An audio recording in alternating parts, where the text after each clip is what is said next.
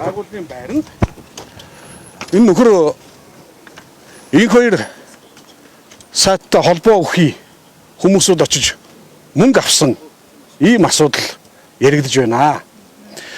Энэ асуудлын талаарх дүрсвчлэг холбогдох гэрчийн шүглүүлсэн үлээж байгаа мэдээллүүд гих зэрэг материалуудыг би мөн авилгатай тэмцэх газарт гаргаж өгч байна.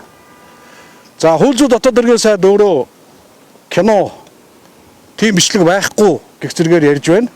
За тэгвэл одоо таныг уг одоо байгууллага дээр хүрэлцэн ирж энэхүү бичлэгүүдийг үзхийг бас хүсэж байна. За мөн би сэтгүүлч бод арагчаад өөрийнх нь хүсэлтийн дагуу энэ шүглүүлж байгаа иргэдийн видео бичлэгүүдийг босон үйл явдлыг хэрхэн яаж тайлбарлаж байгаа гэх зэрэг материалуудыг мөн гаргаж өгсөн байгаа. За ингээд асуулт байна. Бичлэг дээр агуулгын талаар ярихгүй та өөрөөсөө удахгүй та өөрсдөө үзчих. Тий. Одоо ингээд удахгүй юу гаргачих واخ. Тий. Би бас өчигдөр сэтгүүлч бод арагчаа өөрийнхөө цахим хуудасаар дамжуулж над бичлэгээ өгчөөч гэж гуйсан. Би дөнгөж сая 13 цагийн орчимд сэтгүүлч бод арагчаагийн редакц дээр очиж өгчөөд ирлээ. Оюун эрдэнэ гişүү одоо мэдээлэл ихтэй 5 тэрбум төгрөгийн асуудал гарч ирсэн. Одоо таны цахим сүлжээн дээр биснээр бол дахиад одоо тухайн компани руу хуучин амнаас одоо 2 тэрбум төгрөг шилжүүлсэн байна гэдэг юм байна. Нийтдээ 7 тэрбум 965 сая 931 мянга 12 төгрөгийн ийм асуудал байна.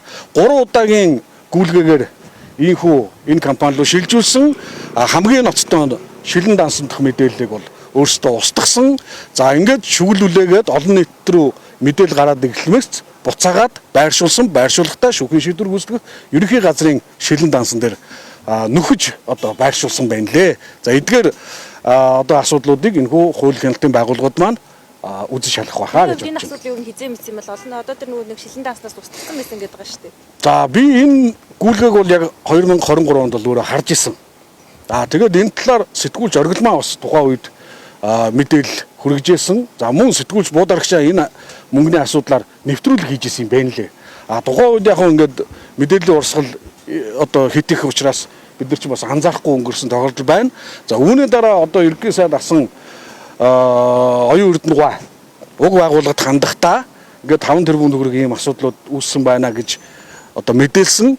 За эргээд энэ одоо гүйлгээ ингээд нөхөд ингээ харагдахгүй байсан, устгацсан байсан. За ингээд одоо эдгээр үйл явдлууд бол одоо өрнөж байна. Нөгөө компани юу нэг яагаад онцлох болов те энэ дээрээс бас онцолж харж яасан гэдэг хэлж шин нөгөө компанийн талаас бас мэдээлэхгүй. Тэр компани талаар би бол мэдээлэл өгөх боломжгүй шүү дээ. Тий.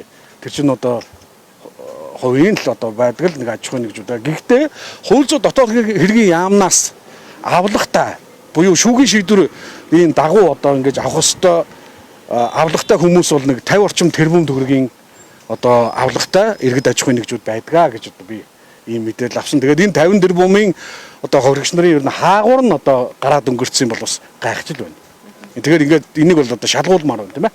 Дүрс хүчлэгийг бол шүглүүлэгчээс авсан. Тэгсэ тий.